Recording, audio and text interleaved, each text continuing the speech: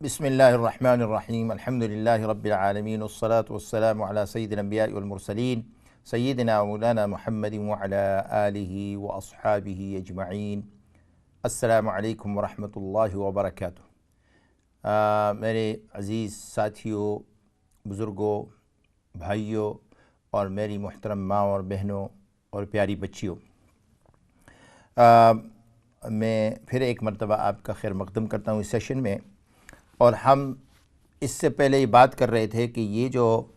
جتنے اعمال ہیں، اعمال خیر ہیں، نیکی کے کام ہیں، اس کے ذریعے سے انسان بڑھتے بڑھتے اللہ کا دوست بن جاتا ہے۔ اور خصوصاً اعمال صالحہ جس میں حدیث میں جس کا ذکر ہے، اس کے ساتھ ساتھ دوسرا جو اللہ تعالیٰ کے محبت کا ذریعہ ہے، جو حدیث رسول اللہ صلی اللہ علیہ وسلم ایک اور حدیث سے ہمیں پتہ چلتا ہے کہ اللہ تعالیٰ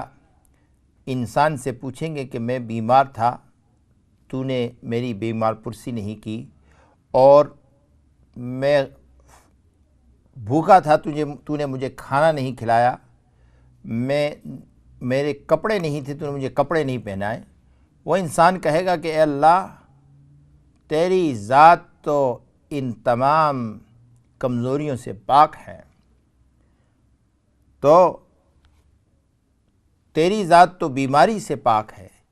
تیری ذات فقر سے پاک ہے، تیری ذات سبحان اللہ جو ہے کسی چیز کی ضرورت سے پاک ہے، تو بے نیاز ہے، اللہ الصمد ہے۔ تو اللہ تعالیٰ فرمائیں گے کہ میرا ایک بندہ بیمار ہوا اور تو نے اس کی تیمارداری نہیں کی، میرا ایک بندہ اس کو جو ہے وہ بھوکا تھا، تو نے اس کو کھانا نہیں کھلایا، میرا ایک بندہ غریب تھا یا جو ہے مفلس تھا، یا جس کے پاس کپڑے نہیں تھے، تو نے اس کو کپڑے نہیں پہنائے۔ تو جو لوگ اللہ تعالیٰ کے لیے غریبوں کا مداوع کرتے ہیں، یتیموں کے سر پر ہاتھ رکھتے ہیں، اور اس کے ساتھ ساتھ یہ ہے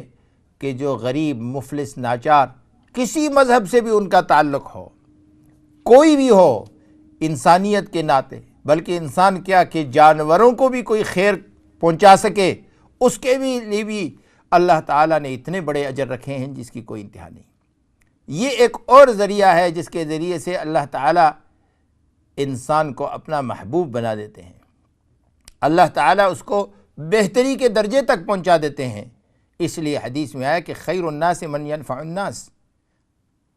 کہ بہترین تم میں لوگوں میں وہ ہے جو لوگوں کے لیے فائدہ پہنچائے، خیر کا کام پہنچائے، نفع پہنچائے۔ اب حال ہی میں چند دن ہو گئے، ہم نے دیکھا کہ ایک آدمی جس نے ساری زندگی مفلسوں اور غریبوں کے لیے اپنی خدمت کے لیے وقف کی ہوئی تھی، عبدالستار ایدی صاحب، جن کا انتقال ہو گیا، اللہ تعالیٰ ان کی مغفرت فرمائے۔ انہوں نے پورے پاکستان بلکہ پوری دنیا کے لیے ایک مثال قائم کر دی، اور اس شخص نے زندگی میں کبھی کسی مالدار کے سامنے ہاتھ نہیں پھیلایا، بلکہ سڑکوں کے کنارے پر کھڑے ہو کر کے غریبوں سے ہی پیسے مانگے اور غریبوں پر لگائے، اور خود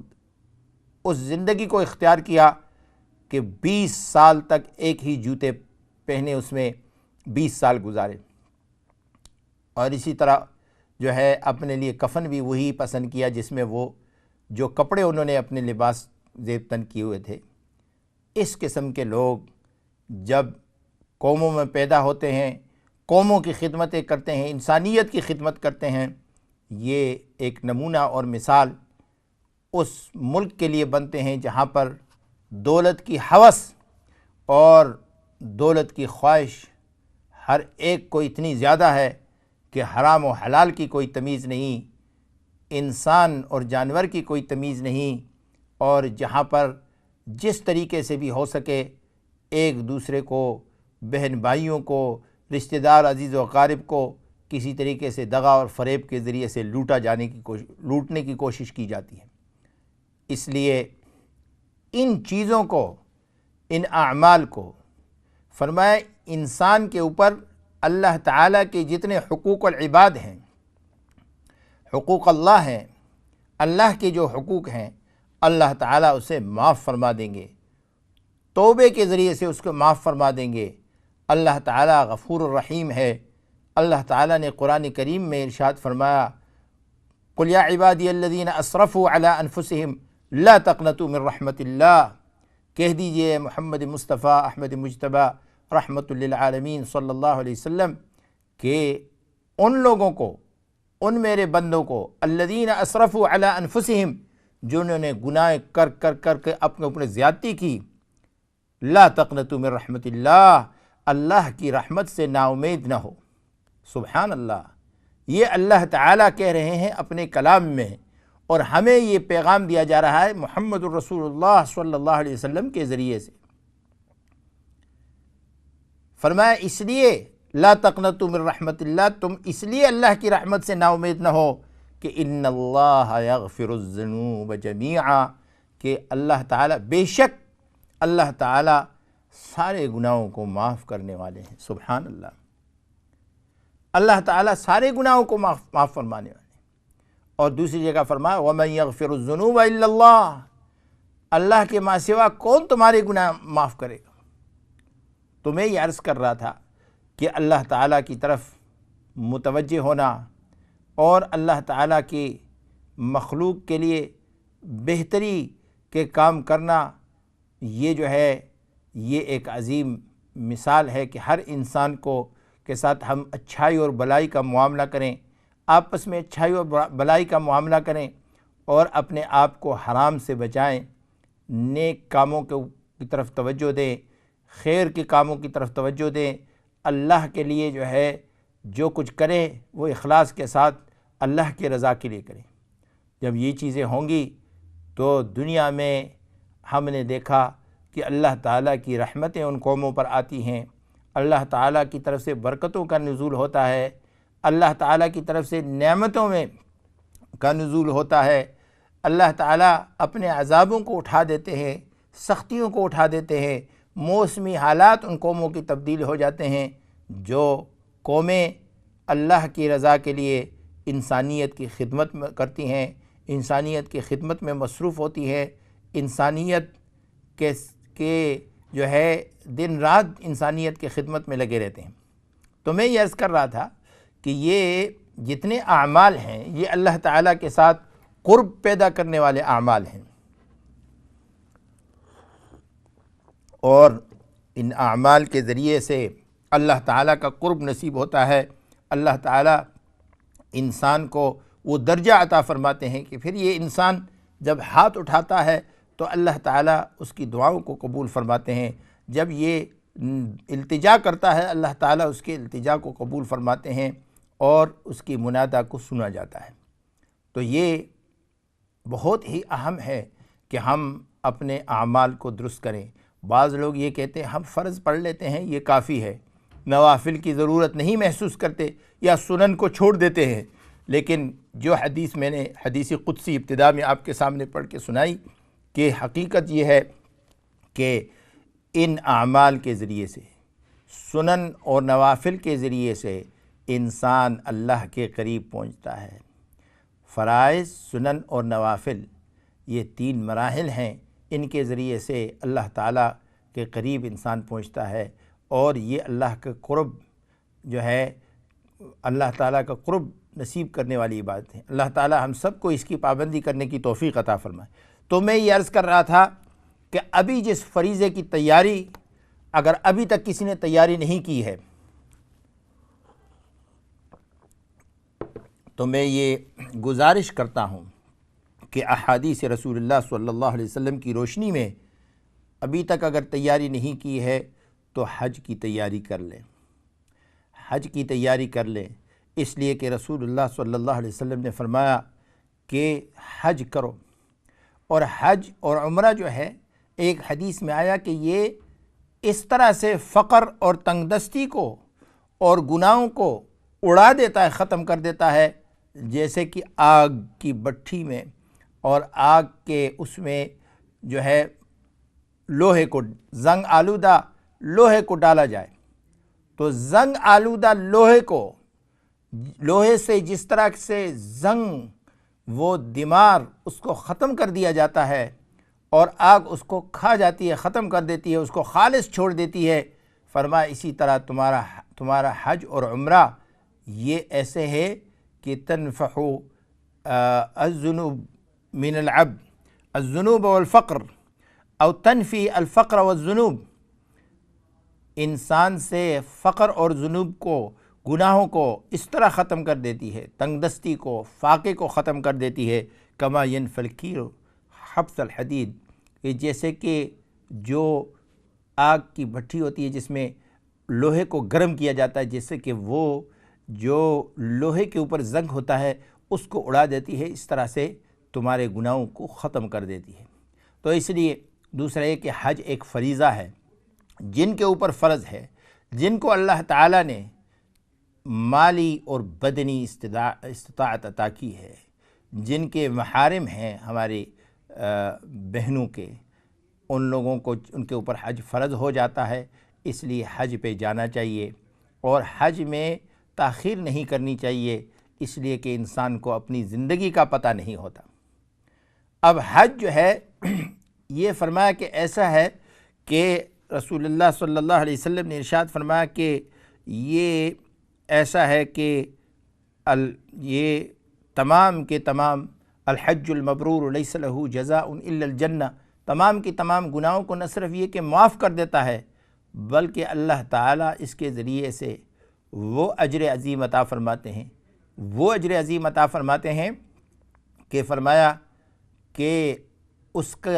شخص کی، اس انسان کی جو ایمان والا حج کرتا ہے، اخلاص کے ساتھ حج کرتا ہے، من حج فلم یرفث ولم یفسق رجع کیوم ولدتہ امہ، جس نے اپنے حج میں کوئی جو ہے غلط کام نہیں کیا، کوئی اپنے شہوات کو جو ہے کنٹرول میں رکھا، اپنے آپ کو گالی گلوچ سے بھی بچایا، فسق و فجور سے بھی بچایا، وہ ایسا ہے جب وہ واپس آتا ہے حج سے، رجع کیوم ولدتہ امہ، ایسا ہے جیسے کہ اس دن اس کی ماں نے اسے جنا ہو، معصوم، پاک، گناہوں سے پاک آتا ہے۔ اور دوسری حدیث میں فرمایا کہ لیس لہ جزاء الا الجنہ، کہ العمرۃ الی العمرۃ کفارۃ لما بینہن، کہ ایک عمرے سے لے کر دوسرے عمرے تک عمرہ کرتا ہے انسان، اس کے درمیان جتنے گناہ ہوتے ہیں اللہ تعالیٰ اس کے ان عمروں کے ذریعے سے ان گناہوں کو معاف فرما دیتے ہیں۔ والحج المبرور لیس لہ جزاء الا الجنہ، اور حج مبرور وہ ہے، مقبول حج، فرمایا کہ جس کے ذریعے سے اللہ تعالیٰ، جس کا اللہ کے ہاں کیا ہے، جنت ہے، لیس لہ جزاء الا الجنہ، کہ انسان کو اللہ تعالیٰ جنت عطا فرماتے ہیں۔ اس کے ساتھ ساتھ یہ ہے کہ یہ حج کا جو عمل ہے یہ ایک بہت ہی عظیم عمل ہے، اور اس کے ذریعے سے اللہ تعالیٰ انسان کو وہ مقامات دیکھنے کی توفیق عطا فرماتے ہیں، وہ جگہ دیکھنے کی توفیق عطا فرماتے ہیں، وہ مقدس سرزمین دیکھنے کی توفیق عطا فرماتے ہیں کہ انسان ساری زندگی یہ کہتا ہے کہ اپنے نماز میں کھڑے ہو کر کے کہ منہ میرے کعبے کی طرف،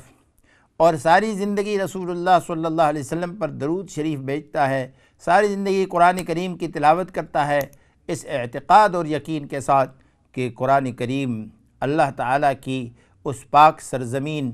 پہ نازل ہوا، لیکن وہاں جا کر کے جب وہ یہ دیکھتا ہے اپنی آنکھوں سے تو فرمایا اللہ تعالیٰ ایمان کو اس کے دل پر ثبت کر دیتے ہیں، اور جب وہ رسول اللہ صلی اللہ علیہ وسلم کے دربار میں حاضری دیتا ہے اس کے سامنے کفر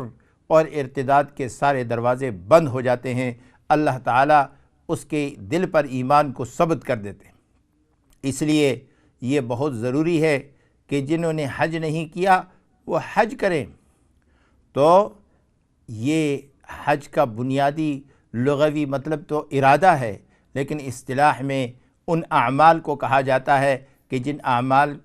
اعمال کو مقررہ ایام میں ان مقدس مقامات پر ادا کیا جاتا ہے، یہ حج ہے، اس کو حج کہتے ہیں۔ تو اس میں یہ ہوتا ہے کہ 8ویں تاریخ کو لوگ حرم سے نکل کر کے اور مکے سے یا دوسری جگہوں سے آ کر کے مینا میں آتے ہیں، 9ویں تاریخ کو عرفات میں جمع ہوتے ہیں، اور اس کے بعد پھر واپس آتے ہیں، مینا میں ٹھہرتے ہیں، بیت اللہ کی زیارت اپنے طواف کرتے ہیں، پھر اس کے بعد یہ ہوتے ہیں، پھر الوداع طواف وداع کرتے ہیں 3 دن کے بعد، اور پھر وہاں سے کوچ کرتے ہیں۔ یہ 5-6 دن کے جو اعمال ہیں یہ حقیقت میں حج ہے، اور یہ اللہ تعالیٰ انہی کو عطا کرتے ہیں۔ فرمایا کہ جب حضرت ابراہیم علیہ السلام نے خانہ کعبہ کی تعمیر مکمل کی تو اللہ تعالیٰ نے ان کو حکم دیا، جیسے قرآن کریم میں ارشاد ہے، وَأَذِّن فِي النَّاسِ فِي الْحَجِّ يَأْتُوكَ رِجَالًا، کہ آپ اے میرے پیغمبر علیہ افضل الصلوات والتسلیم وعلی نبینا صلی اللہ علیہ وسلم، آپ لوگوں کو حج کے لیے پکاریے۔ تو فرمایا کہ وہ پکار اللہ تعالیٰ نے،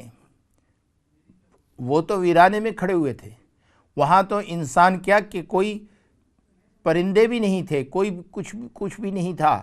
بیابان تھا۔ اللہ تعالیٰ نے فرمایا کہ آپ یہ آواز لگائیے، اور اللہ تعالیٰ نے وہ آواز آنے والے تک، علماء فرماتے ہیں، مفسرین کہتے ہیں کہ جتنے ارواح آنے والے تھے، ان جن کی قسمت میں اللہ نے حج لکھا تھا، ان سب کو سنایا، اور ان ارواح نے لبیک کہا۔ جنہوں نے لبیک کہا، اللہ تعالیٰ نے ان کے قسمت میں حج لکھ دیا۔ اللہ تعالیٰ ہم سب کو ان خوش قسمت اور سعادت مند لوگوں میں شامل فرمائے جن کے ارواح نے لبیک کہا ہو، جن کو اللہ تعالیٰ حج اور زیارت سے مستفید، اور اس کے ساتھ ساتھ توفیق، اللہ تعالیٰ توفیق عطا فرمائے۔ اور اس کے ساتھ یہ ہے کہ یہ جو حج ہے ایک عظیم عمل ہے۔ تو ایک تو یہ ہے کہ حج کے اعمال کیا ہیں، اور حج سے پہلے کچھ اعمال کرنے کے ہیں۔ ایک تو یہ ہے کہ حج جس مال پر ادا کیا جائے، جس پیسوں پر، اور جو مال حج میں لگایا جائے وہ حلال کا مال ہو۔ حرام جو ہے اللہ تعالیٰ کے ہاں قبول نہیں ہے۔ اگر یہ مال دھوکے سے حاصل کیا، اور یا کسی کے اس سے دوسرے طریقوں سے حاصل کیا، غلط طریقے سے حاصل کیا، تو اس کے لیے اس پر حج نہیں ہوتا، اس کے لیے اس کو ایسا نہیں کرنا چاہیے۔ اس کے ساتھ ساتھ یہ ہے کہ حج کے لیے جانے سے پہلے قرضوں کو ختم کرنا چاہیے۔ اتنا مال انسان کے پاس ہونا چاہیے کہ اپنے پیچھے چھوڑنے والوں کی جو ضروریات ہیں وہ بھی پوری ہوں، اور اس کے ساتھ ساتھ اپنی ضروریات بھی وہاں صحیح طریقے سے، اچھی طریقے سے اس کا اطمینان کر لیں کہ وہ پورے ہوں۔ اور حج پر اچھی بات یہ ہے کہ ایسے لوگوں کے ساتھ یہ جائے جن میں علماء ہوں، جو امانت دار لوگ ہوں، نیک ہوں، دیندار ہوں، تاکہ انسان اپنے ساتھیوں کے ساتھ رہے،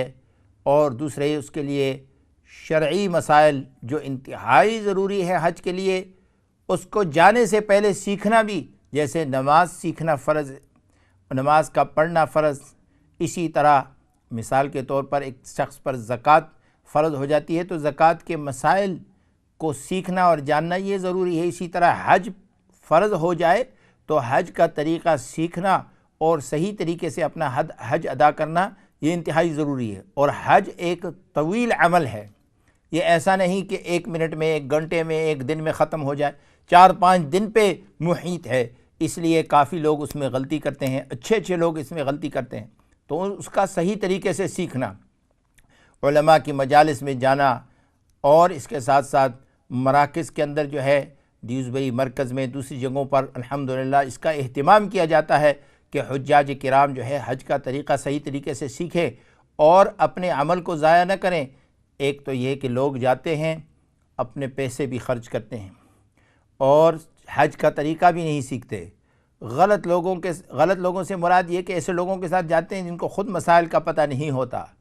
اور نتیجہ یہ نکلتا ہے کہ ان کا حج یا تو ادھورا رہ جاتا ہے یا نامکمل ہوتا ہے، یا جو ہے کافی سارے ایسے ہوتے ہیں جن کے بیچاروں کے واجبات رہ جاتے ہیں۔ اور اس کے ساتھ ساتھ یہ ہے کہ حج پر جانے سے پہلے جو ہے اپنے والدین سے، عزیز و اقارب سے، رشتہ داروں سے، دوست احباب سے، معاملات کرنے والوں سے اپنے معاملات صاف کرے۔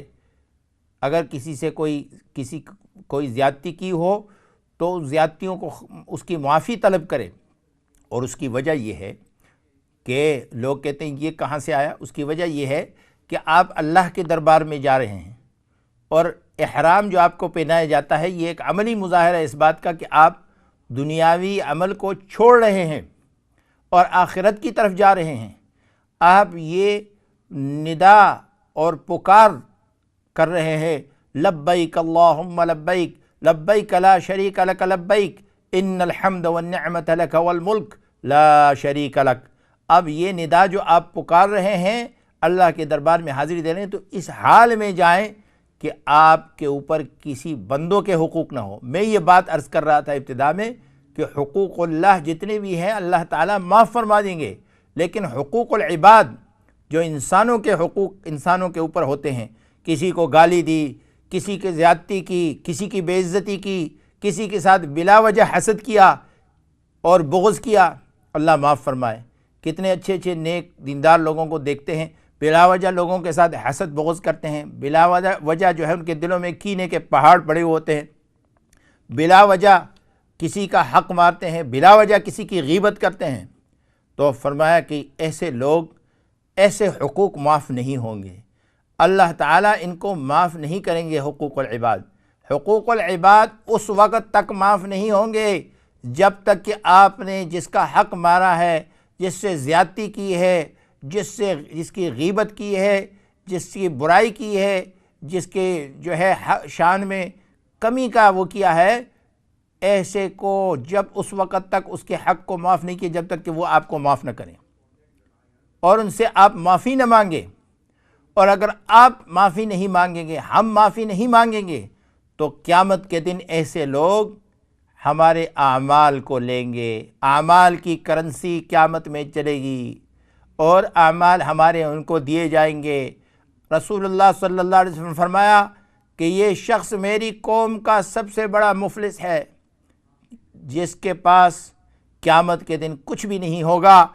صحابہ نے پوچھا کہ کیسے یا رسول اللہ؟ آپ نے فرمایا اس طرح سے کہ ایک آئے گا، وہ کہے گا اس نے میرا یہ کیا، اس نے مجھ سے یہ کیا، اور اس کے اعمال چلتے چلیں گے، آخر میں اس کے اعمال، وہ بہت نیک تھا، دنیا میں بہت زیادہ تہجدیں پڑھتا تھا، بہت زیادہ جو ہے نیک کام کرتا تھا اور بہت زیادہ خیرات و صدقات کرتا تھا، لیکن آخر میں قیامت کے دن اس کے پاس کچھ بھی نہیں رہے گا، کیونکہ لوگوں کو اس کے اعمال تقسیم کر دیے جائیں گے۔ اس لیے اللہ تعالی ہمیں اس مصیبت سے چھڑائے، حقوق العباد کا خیال رکھنے کی توفیق عطا فرمائے۔ تو یہ میں عرض کر رہا تھا کہ بندوں کے حقوق بہت زیادہ ہوتے ہیں، بندوں کے حقوق اپنے آپ پر چڑھانے کی کوشش نہ کریں، اللہ تعالیٰ معاف کر دیں گے، اللہ معاف کرنے والے ہیں جیسے میں نے عرض کیا، لیکن انسان جو ہے وہ تبھی معاف کریں گے جب آپ ان سے معافی مانگیں۔ فرمایا جو لوگ فوت ہو گئے، جن کے ساتھ ہم نے زیادتیں کی، کمی کوتاہیاں کی اور ان کے شان یا حق میں کو کیا، ایک تو یہ کہ اگر کوئی مال ان کا کھایا، ان کے جو ہے ایصال ثواب کے لیے صدقہ، یا ان کے ورثاء کو واپس کر دو، یا ان کے لیے صدقہ کر دو اگر ان کے ورثاء نہیں ہو۔ لیکن جو فوت ہو جائیں، جن کے ساتھ زیادتی کی، زیادتی کی معافی ان سے طلب نہیں کر سکتے، علماء نے لکھا ہے ان کے لیے دعا کریں، ان کے لیے ایصال ثواب کریں، ان کے لیے بخشش کی دعا کریں۔ اللہ تعالیٰ بہت بڑے غفور و رحیم ہے، مہربان ہیں، کریم ہیں۔ اللہ تعالیٰ اس کے ذریعے سے ہمارے گناہوں کو معاف فرمائیں گے، اور امید ہے کہ اللہ تعالیٰ ہمارے ان غلطیوں کی تلافی بھی اس کی وجہ سے فرمائیں گے۔ اللہ تعالیٰ دوسرے کے حقوق مارنے اور حقوق غصب کرنے سے ہمیں محفوظ رکھے۔ تو میں حج کی بات عرض کر رہا تھا کہ انشاءاللہ آئندہ سیشنز کے اندر بھی جب تک 1-2 ہفتے کے لیے جب تک کہ یہ تیاری ہو رہی ہے، ہم حج کے ہی بارے میں بات کریں گے کہ جن لوگوں نے حج نہیں کیا ان کو حج کرنا چاہیے۔ حضرت عمر رضی اللہ تعالیٰ عنہ کا ایک شدید قول ہے جو میں عموماً کوشش کرتا ہوں کہ ذکر نہ کروں، لیکن میں صرف یہ عرض کرنا چاہتا ہوں کہ حج جو ہے اگر کسی کے اوپر فرض ہو اور اس کو اللہ تعالیٰ نے استعداد اور استطاعت عطا کی ہو اور اتنی بڑے سعادت سے وہ محروم رہ جائیں، تو جیسے حضرت عمر رضی اللہ تعالیٰ نے فرمایا کہ اس کا معاملہ غیروں جیسا ہو جاتا ہے۔ یہ نہیں ہوتا کہ ان کی تکفیر ہو جاتی ہے، لیکن علماء نے لکھا ہے کہ بہت بڑا عصیان ہے۔ اللہ تعالیٰ ہمیں اس سے بچنے کی توفیق عطا فرمائے۔ اللہ تعالیٰ ہمیں اسے دیکھیں، ہم خواب میں رسول اللہ صلی اللہ علیہ وسلم کی زیارت کے خواہش مند ہوتے ہیں۔ اللہ تعالیٰ ہمیں ساری زندگی ہم یہی دعا اور تمنائیں کرتے ہیں، اللہ تعالیٰ ہمیں وہاں مدینہ منورہ میں جا کر کے حضور اکرم صلی اللہ علیہ وسلم کے دربار میں حاضری کی توفیق عطا فرماتے ہیں۔ یہاں ہم آپ کی خدمت میں سلام عرض کرتے ہیں اور آپ اس سلام کا جواب دیتے ہیں۔ یہ اس سے بڑھ کر کے اور کیا سعادت ہوگی ایمان والے کے لیے۔ ایمان والے کا روح جو ہے وہ خوش ہو جاتا ہے، روشن ہو جاتا ہے جب ہم مکہ اور مدینہ میں داخل ہوتے ہیں۔ اللہ تعالیٰ جو کچھ کہا سنا اس پر عمل کرنے کی توفیق عطا فرمائے۔ انشاءاللہ یہ سیشنز ہمارے اردو میں ہوا کریں گے اور آئندہ کے سیشن میں بھی حج کے بارے میں اور دوسرے اعمال کے بارے میں بات کریں گے۔ اللہ تعالیٰ ہمارے اس کہنے سننے کو قبول فرمائے اور ہمیں عمل کرنے کی توفیق عطا فرمائے۔ سبحان اللہ و بحمدہ، سبحانک اللہم و بحمدک، نشہد ان لا الہ الا انت نستغفرک و نتوب الیک۔ اے اللہ تو ہماری غلطیوں اور کوتاہیوں اور گناہوں کو معاف فرما۔ اے اللہ ہمارے خطاؤں کو معاف فرما۔ اے اللہ تو ہم درگزر فرما۔ اے اللہ ساری امت پر رحم فرما، ساری انسانیت پر رحم فرما۔ اے اللہ جو کچھ کہا سنا اس پر عمل کرنے کی توفیق عطا فرما۔ ہماری جان و مال اولاد کو اپنی دین کی خدمت کے لیے قبول فرما۔ ہر قسم کے فتنوں سے ہماری حفاظت فرما۔ اے اللہ جو بیمار ہیں ان کو شفائے کاملہ عاجلہ مستمرہ دائمہ نصیب فرما۔ اے اللہ جو ہمارے بزرگ ساتھی دوست رشتہ دار عزیز و اقارب جتنے ایمان والے ہوتے ہیں، اے اللہ ان سب کی مغفرت فرما، ان کے درجات کو بلند فرما۔ اے اللہ ہمیں صراط مستقیم پر چلنے کی توفیق عطا فرما۔ ہر قسم کے آفات اور بلیات سے ہماری حفاظت فرما۔ ہمیں رسول اللہ صلی اللہ علیہ وسلم، آپ کے اہل بیت اور صحابہ کرام، تابعین، تبع تابعین، خلفائے راشدین اور سب کی سچی محبت اور اطاعت کی توفیق نصیب فرما۔ وصلی اللہ تعالی علی خیر خلقہ سیدنا و حبیبنا و شفیعنا و مولانا محمد وعلی آلہ و صحبہ اجمعین برحمتک یا ارحم الراحمین۔ السلام علیکم ورحمۃ اللہ وبرکاتہ۔